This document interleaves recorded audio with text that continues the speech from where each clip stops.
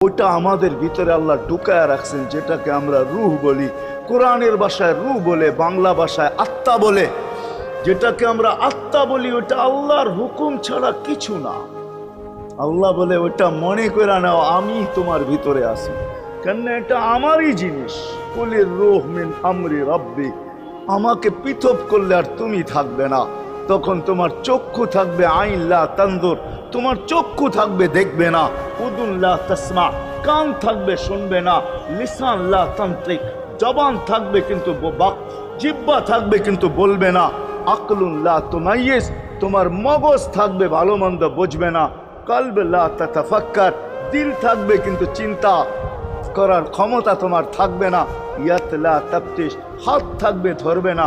রিজল লা তামশি, পাও থাকবে চলবে না। তুমি হবে লাশ। লাশ। আল্লাহ পর্যন্ত